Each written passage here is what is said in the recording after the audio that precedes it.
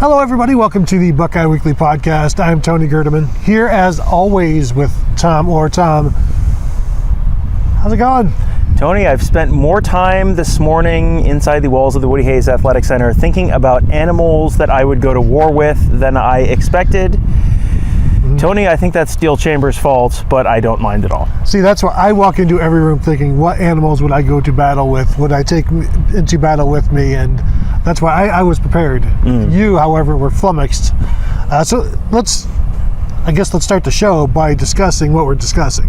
The most important thing that we learned all day today was the animals that if you had to take 4 animals to fight someone else with 4 animals, which animals would you choose? This was a question. Normally the way interviews work is the media asks the players questions. Steel Chambers answered a bunch of questions about the defense and sort of stopped it and went, I have a question for you. And the question was this. Right. And Steel Chambers has 2 separate packages he has considered, the strength package and the stealth package. I think I prefer the strength package. I think that's the one I would have gone with among his, but there was a lot of very thoughtful conversation about that. I'm going to guess that as the person who puts the morning show together, I'm going to guess that if the audio is even kind of audible of the back and forth that you will probably hear much to all of that conversation at some point on a morning show, because we do a lot of these, and sometimes they're not very interesting. This was like, okay, well, this was a little different. It was an interesting conversation. There was quite a bit of back and forth as we're all throwing at questions and thoughts at him. I would say we should probably just let them know what he said. Just to give you an idea, I believe it was elephant, which he would be riding in on, carrying a sword, him, not the elephant. A polar bear, which I hadn't thought of, which is a good answer. A hippo, which was my first pick. That was the first, and then I think he said maybe a tiger. It might have been a tiger, yeah. And then the stealth package involved a peregrine falcon carrying some kind of a poisonous snake, along with the black mamba. The black mamba, yes, along with his elephant. The elephant again, yes, and then was it a hippo again? No, I don't remember what the final one was, but he said what the falcon, the fastest bird in the world, which he knew about, and props to him. I also knew about that from reading my 1962 encyclopedias as a child when I knew that JFK was our president and our president alone. That was the peregrine falcon, the fastest bird. Then that would drop the black mamba. Now, however, and then he could also communicate from his elephant. And nobody asked, like, how are you going to communicate? Because at this point, I'm now wondering about JFK conspiracy theories involving black mambas and peregrine falcons. Like, was there a second shooter? No. Let me tell you about the peregrine falcon. Right, and yes, so that's what the second half of today was, and we don't need to. we can move on from that if you're ready. But I am ready. Yes. But Xavier Johnson, we talked on linebackers and wide receivers today, and Brian Hartline. And normally, as you said, Tom, these are like 5 to 10 minutes. 10 minutes is usually about the sweet spot with the player. Xavier Johnson finally got done after 40 minutes today, and I believe that is a record of media days where players have to be here for an hour or something like that. And just conversational, and kudos to him for setting an Ohio State record in his 6th year. But just one of the nicest guys you'll ever deal with at Ohio State, for sure. And someone who has had a sort of circuitous path to get to the point where he's brought out for media interviews, and he came here as a walk-on, had a scholarship offer from Iowa State and I think Cincinnati. There were a couple other FBS schools where he had offers from, and he chose to walk on at Ohio State, and it took a while. And that's one of those things where sometimes that works out, and sometimes you come to Ohio State, you walk on, you look at the other guys, you realize I'm not going to play here, and then you transfer to a MAC school or whatever. He stuck it out and had a really impactful season last year. He scored a big touchdown in that Notre Dame game, scored a big touchdown in that Georgia game, and so, I think sometimes there are guys who come out, and you can tell they have done the media thing long enough that the novelty of the media thing has definitely worn off for them. He is someone who has not done a whole lot, and he's, I think he probably, when you take that kind of a path, you probably appreciate all the little stuff that comes along with being an Ohio State football player more than if you kind of, you're the 5-star and you show up and you have to do this 7 times a year or 8 times a year. It gets a little old. It's a little different for him. But I also would say Marvin Harrison would do 40 minutes too if he wasn't pushed out. Yep. Because he's another one of those guys. And so we talked with all the receivers today, waiting to talk with Marvin Harrison because he's busy practicing, working more, catching passes from the machine. It's like, come on, dude, enough. You know how to catch a pass. He did set the rumors aside regarding the punt returning. He's like, you're not going to see me returning punts this year. That's just something I do to help me track the ball, which is pretty much what we said the other day. Like, don't expect to see him out there ever returning a punt. They've got other guys for that. The thing about Xavier Johnson and waiting your turn, talked with Reed Carrico today, 3rd-year linebacker. This is his 3rd spring, and we're going to go all over the place because there's nothing written down. Reed Carrico, 3rd spring. As opposed to our normally very tightly structured shows. Correct. Yes. I just want to prepare the audience as if the beginning of the show wasn't enough preparation. But Reed Carrico in his third spring here, asking him just, how at this point, some people are moving on from him. It's because you got younger guys, you haven't done anything from in year 3. You know who else hadn't done anything at this point was Tommy Eichenberg. And so I asked Reed about that. He's like, Tommy's like, a big brother to him, and they have talked about that, and he knows how that process took and how long it took for Tommy, and he's like, now look at him, he's an All-American. But one other thing that he also mentioned that I hadn't thought of, he's like, this is the first time that he's had the same defensive coordinator for 2 years in a row. Yeah. And doesn't necessarily have the same position coach, but this is the first time he's been in the same defense. And he knows the defense, and so I asked him, is this like every time you change coach, is it like, going back to square one? He's like, no, because you've already put in work and coaches know how hard you work, and that's the first thing the new coaches ask. So you have that built up credit. But then it is like square one again when you're learning a new defense. And now he says he knows this defense, and no Tommy Eichenberg this spring. So there's more reps available, but right now he's working at will. They seem to be caught off guard because Jim Knowles said we're going to move him around to Sam and do some stuff like that. And he's like, well, I haven't really done any of that, but working at will and just the absolute correct mentality. And he said it's not about waiting your turn, but it is understanding that this isn't something you just walk into. Right, and this is something that not only new defensive coordinators, but now you had 2 defensive coordinators your first 2 years, so you do kind of go back to square one to a certain degree.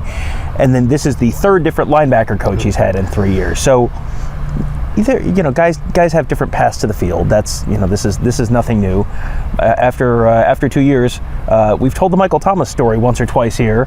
He had 1 catch for 11 yards or something like that, or 2 catches for 13 yards. 3 for 11.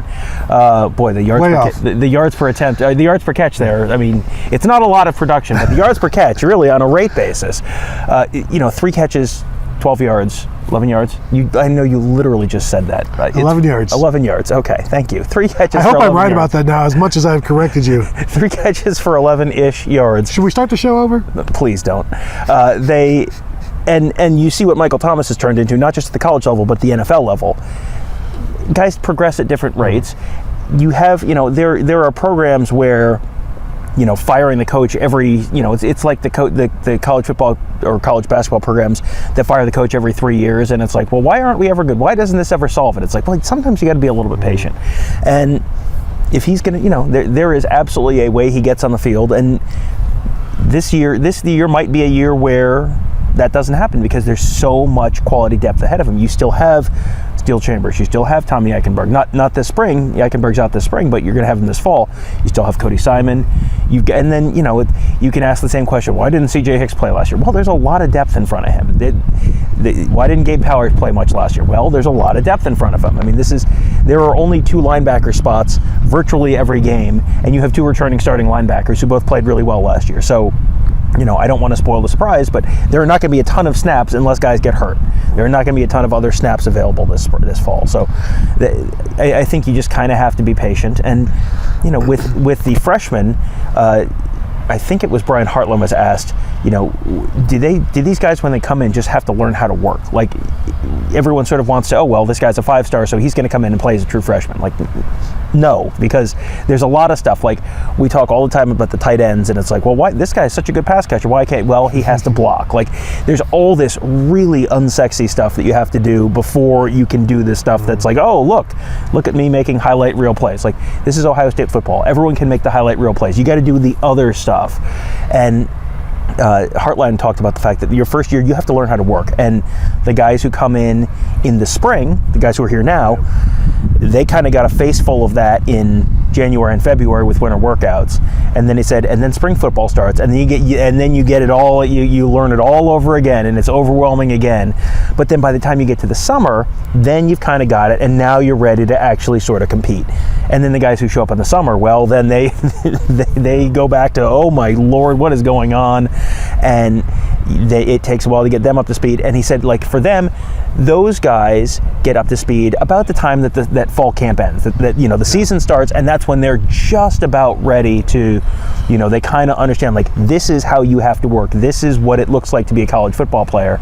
And you move, and he said, like, Chris Olave was a great example of that. Like, why did Chris Olave not really make any kind of an impact until basically the end of October? Well, because he just barely learned the, how to work piece of it. And then once he figured that out, then the season starts, and so you can't, there are not a ton of reps available for the backup. So then it takes a while to get through all that and then earn your spot in the field. So this is just, there are the number of guys who come in and walk in and start day one is infinitesimally small in this program. And that's just, you just kind of have to be patient. And sometimes that patience is, 2/3 of one season for the Chris Olave or the Sonny Styles or some of those guys, and sometimes it's 2-3 years. Well, you think if you say there's a roster of 100 players, how often does somebody come in and start day one? Is it like every 4 years, like J.K. Dobbins did? Michael Jordan, so these are that's every couple years there. But has anybody done it? Denzel Burke. Yeah. So it's like every 2 years maybe somebody comes in, and that's, I think that's kind of expecting too much. It's obviously expecting too much. Even I think some of those guys have certainly been surprised. Denzel Burke was a surprise. Michael Jordan was a surprise. But in terms of the receivers, talked to Kojo Antwi, redshirt freshman, about the work, and he said that's the biggest difference when you get here is just how fast everything is, how fast practice is, how fast just everything you're doing has to be boom, boom, boom, boom, boom. And I said, well, what happens if you don't move that fast? He's like, you don't have a choice.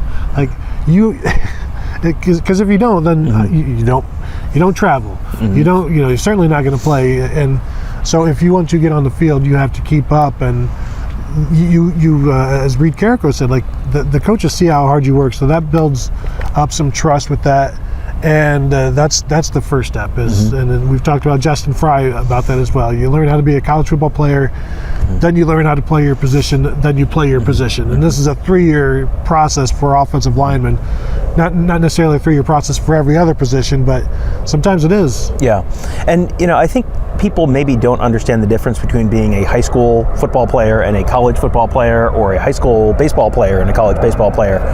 I was just talking to someone last night whose son is playing D2 baseball as a true freshman this year, and he talked about the fact that a lot of his friends got to college, did the fall thing, and just nope, hard pass. Because the gap between, you may have seen the graphs, these come out sort of periodically, that there are X number of high school baseball players in the United States, and then some tiny percentage, 7%, play college baseball, and that includes NAIA, that includes Division III, Division II, JUCO. It is so difficult to be a college athlete, even at a level that most people would look at and go, "What, Division III? Like, what? Yeah. Come on, I bet my high school team could beat them." No, I assure you, they could not. And this is Ohio State. This is not just Division I. This is not just Power 5. This is the top of Power 5, and even if you played for a powerhouse high school, I can assure you the weight training is significantly more serious here. The film study is significantly more serious here. The playbook is significantly more in depth here. The level of athletes that you're competing against is significantly higher than here. You look at. I mean, pick a powerhouse high school football team. Don Bosco. What's the one in California? Mater Dei. Yeah, Mater Dei. Whatever South Florida high school you want to pick, whatever Texas high school you want to pick. Look at those number of teams, and Jackson Smith-Njigba was not playing with 17 other Power 5 players on his, starting on his high school team. Like, he played at a big high school in Texas, which is known for football, and it's like, I don't know, maybe a really remarkable team might have 5 or 6 Division I players. That's the jump that you have when you show up in college. That's why, we always hear about guys drinking through a fire hose and all that. That's why, because it is an incredible leap, and you have to be able, you have to be at a remarkable level in terms of athlete and, brain power and, all of that, just to sort of be able to just kind of keep your head above water. Yeah, Reed Carrico, the quote was, everybody needs to get humbled. And then the paraphrase here was, no better place to do that than Columbus, Ohio. I would submit that Humble, Texas might be a good place, but... Well, I mean, you ever been? I have not. David Boston has. Yeah, that's correct. Mm-hmm. But did he get the heck out of Dodge? Was he humble? Well, he was never humbled at well. I guess maybe Charles Woodson once humbled him. Mm-hmm. It's a humbling thing being humbled, as a great Buckeye once said. Mm-hmm. So in terms of what we saw, what else we heard today, Brian Hartline said he thinks there are 2 elite quarterbacks here. I don't think he would say otherwise, but there is that. I asked Kojo Antwi where he's working. He said X. Keon Gray's working at Z, as we know. I asked Jaden Ballard, who else is working with you at Z? Because I'm trying to figure out where Noah Rogers is. And he said it's only him and Keon Gray's at Z right now, which seems odd because then you've got, Marvin Harrison, you've got at X, you got Kojo, Simi Carnell, Tate, and Noah Rogers, and Bryson Rogers as well. I mean, unless is Bright, I didn't get a chance to ask everybody in terms of, hey, where's everybody working? I don't know how much Brian Hartline said. Like, I don't know if Bryson Rogers is maybe in the slot at this point, but seems like a lot of receivers to only have 2 at Z, and maybe Jaden Ballard just forgot somebody. I don't know. Well, and I was with Hartline for a good chunk of his time. He talked about Caleb Brown being in the slot. I don't remember him getting asked about Bryson Rogers, but generally when you ask this time of year, it's like, well, everyone's kind of working a little bit everywhere. That's why. Yeah, and guys, week 1, practice 2. I wouldn't expect guys to be going, working 7 different places. Again, you're trying to keep your head above water. So, maybe you're putting them in a spot where, a bunch of you guys are going to start here because you could go in a couple different places. We're going to teach you guys all this, and then, I'm sure you're going to see different guys at Z over the course of the spring. I'm sure people are also wondering, only those 2 guys at Z? You got to remember, Julian Fleming is out this spring, but he will be at Z again. And, do they slide? Do you kick Emeka Ibuka out to Z? And if you feel like you've got someone else that you're comfortable with in the slot, or, is that where, if Xavier Johnson is playing slot, does Emeka Ibuka go outside? I mean, there are all sorts of possibilities, and the coaches don't want to talk about that stuff. They never want to talk about that stuff, even during the season.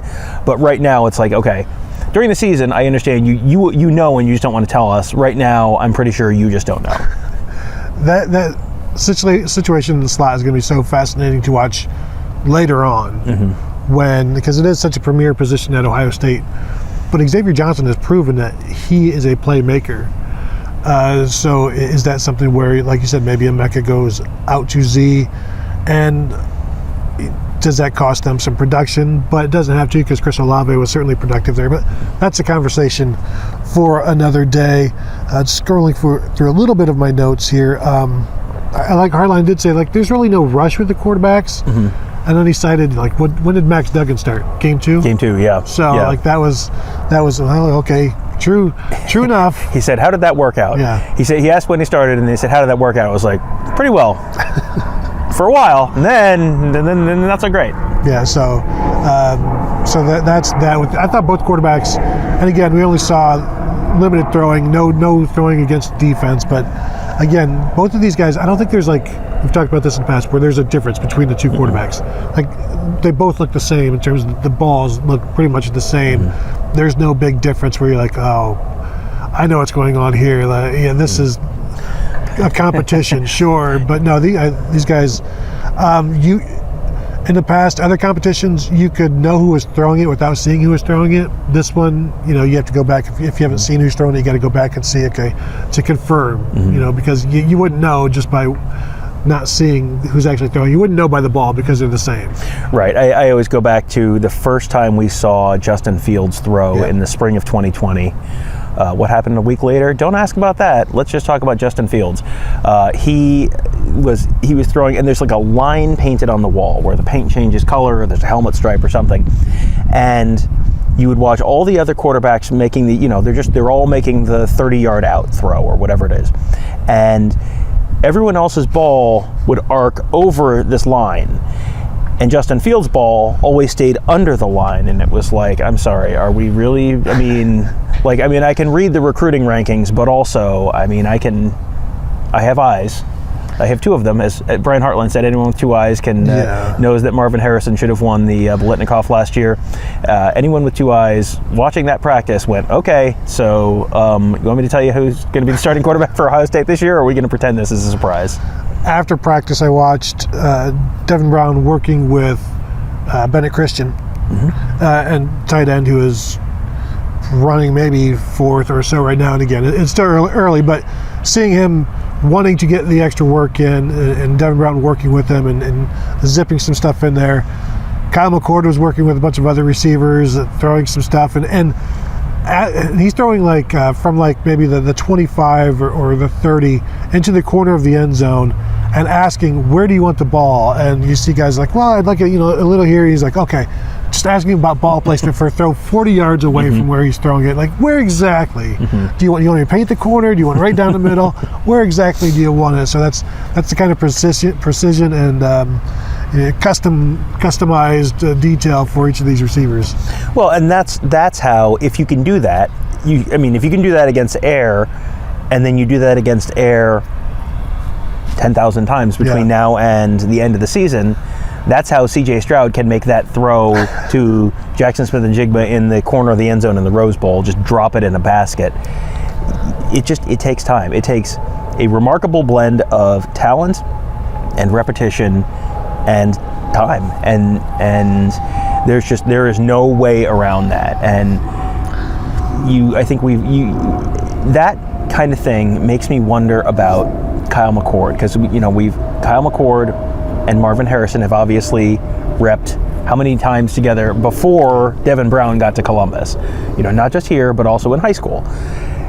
You feel like that, if there's a tiebreaker, having that amount of time together with the guy who is very obviously going to be the lead pony in the offense this year, it feels like that's something that, if you're at a tiebreaker point, maybe that factors in, or either it factors in or it breaks the tie because you've just worked with this guy so much more that I'm sure Marvin Harrison is going to be working with both quarterbacks a bunch this year, but there's a certain amount of institutional knowledge that those two guys just have that's something I don't know how you could possibly catch up with that. And I know you talked with Mark Givler for the morning show. Did he talk about asking Jaden Ballard about the quarterbacks? No.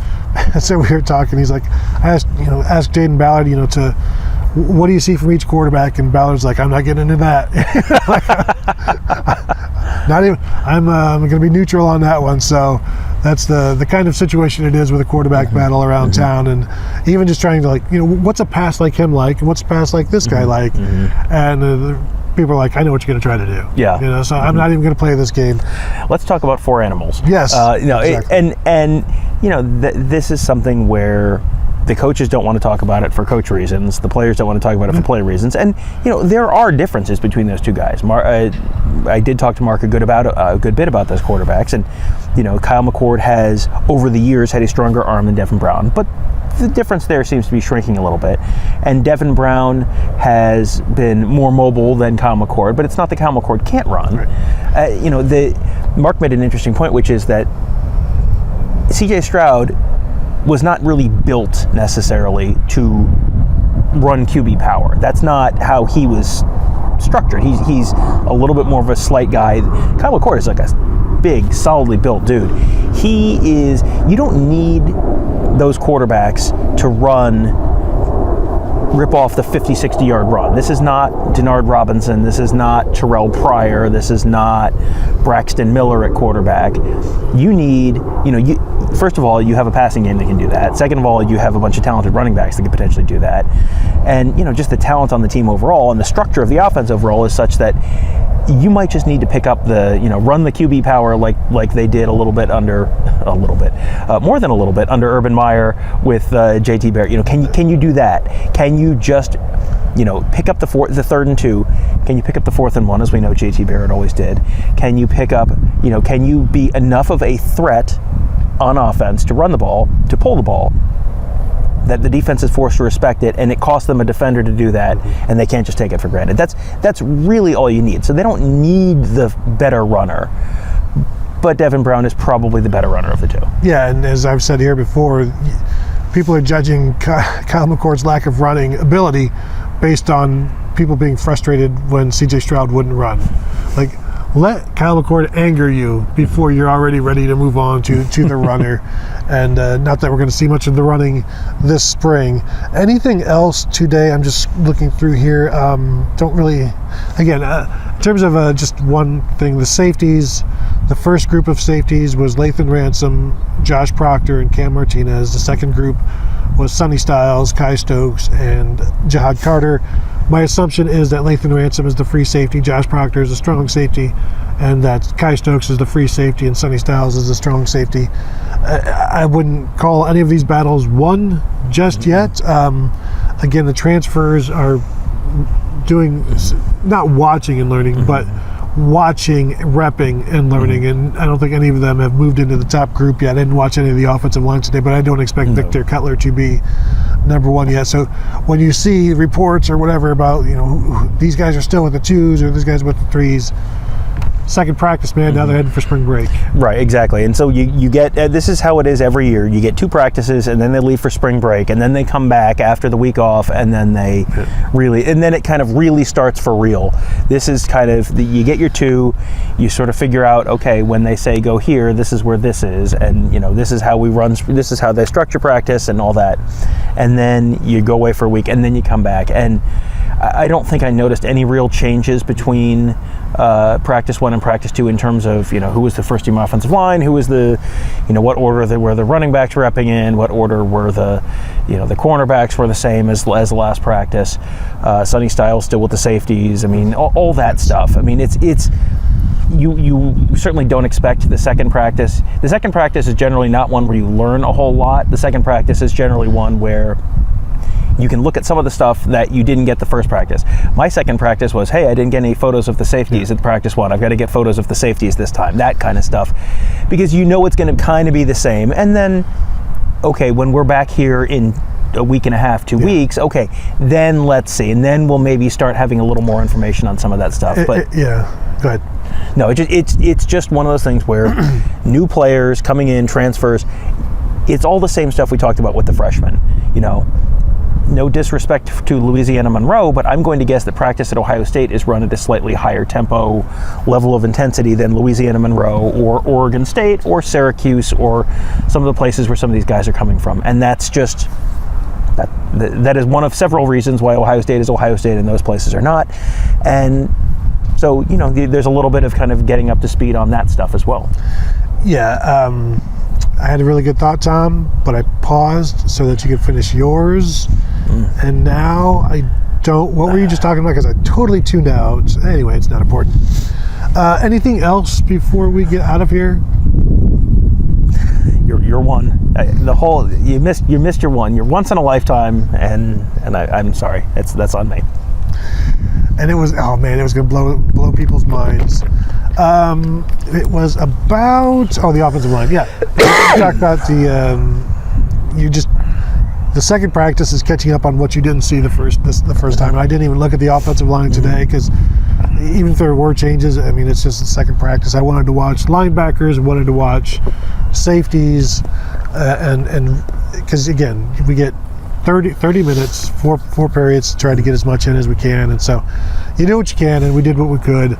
We'll get more access moving forward. Not more, maybe more, but there will be more to come. Not next week, though. We will still have shows. I heard tell of perhaps a black stripe draft coming. That sounds like a plan. That's something you did last year. Did we? I don't recall. Yeah, I remember how it went, so I can remember why you don't recall. I don't remember all of my wins. Anyway, thank you all for joining us. Want to remind you to check us out at BuckeyeHuddle.com. Become a member. Say hello to us there on the message board. And, of course, continue to follow us at YouTube.com/BuckeyeHuddle. Go ahead and like this video if you like. Or if you don't, hit the bell to be notified whenever we drop videos, go live. And now there's live stuff. There's videos coming from practice, all sorts of stuff that you want to check out, podcasts as well. So thank you all for tuning in, and we'll talk to you later.